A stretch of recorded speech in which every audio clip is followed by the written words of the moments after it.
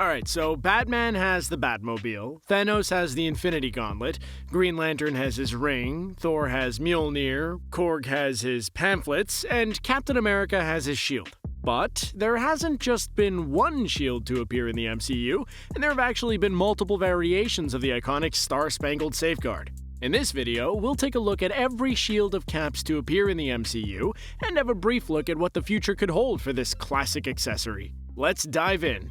How can we talk about Cap's shield and not start off with the OV shield, the original Vibranium? Yeah, let's roll with it. The OV shield is one of the most sought-after and prestigious items in the Marvel world, and whoever holds it has great power and even greater responsibility.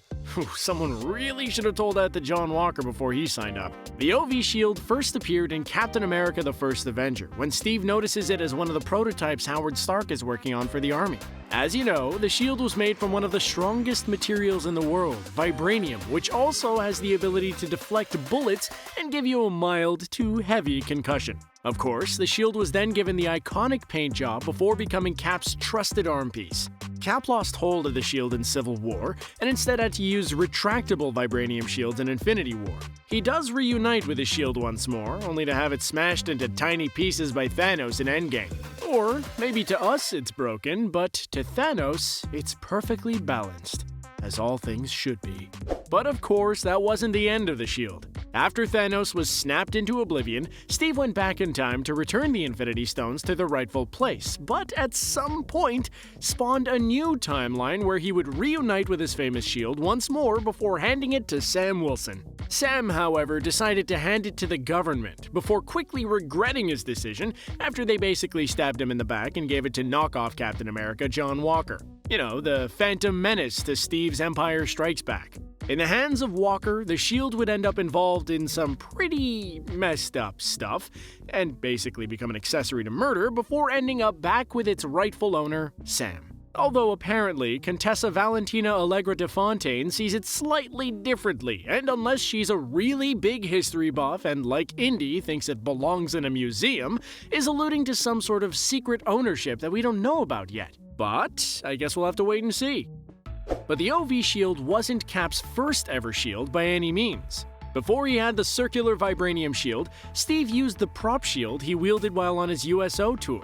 While this one was mostly just for show, the steel shield was called into action after Steve brought it with him on a mission to save Allied soldiers, including Bucky in Austria. The shield even got pretty badly damaged, as Steve used it in a fight with Hydra commander Johann Schmidt. But, of course, like most gadgets and armor in the MCU, the shield required a Stark upgrade because, let's face it, that shield wouldn't have lasted long against the likes of Thanos, and it would have lasted an even shorter amount of time against Magneto. His Vibranium, on the other hand, cannot be manipulated by Magneto, so he couldn't do anything against Cap's shield.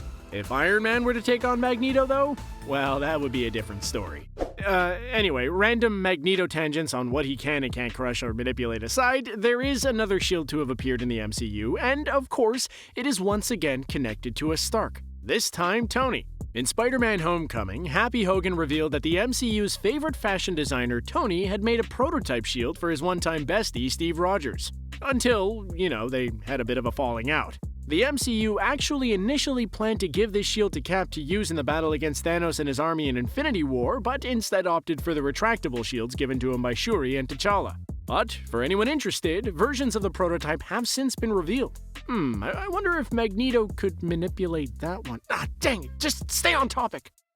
Now, before I go, I feel like I'm obligated to say that the shield that John Walker's making in the post-credit scene of Episode 5 is also technically a version of Captain America's shield. Because, it's a shield, and he just copied the original version. But, let's be honest, the John Walker version of the shield is just like how, oh god, I can't believe I'm saying this, but how M. Night Shyamalan's Avatar: The Last Airbender is technically a version of the Nickelodeon series. It's just not as good, is it? It's unlikely that the shield is made from Vibranium and therefore wouldn't stand the Magneto test, and also will probably be used to smash people in the face.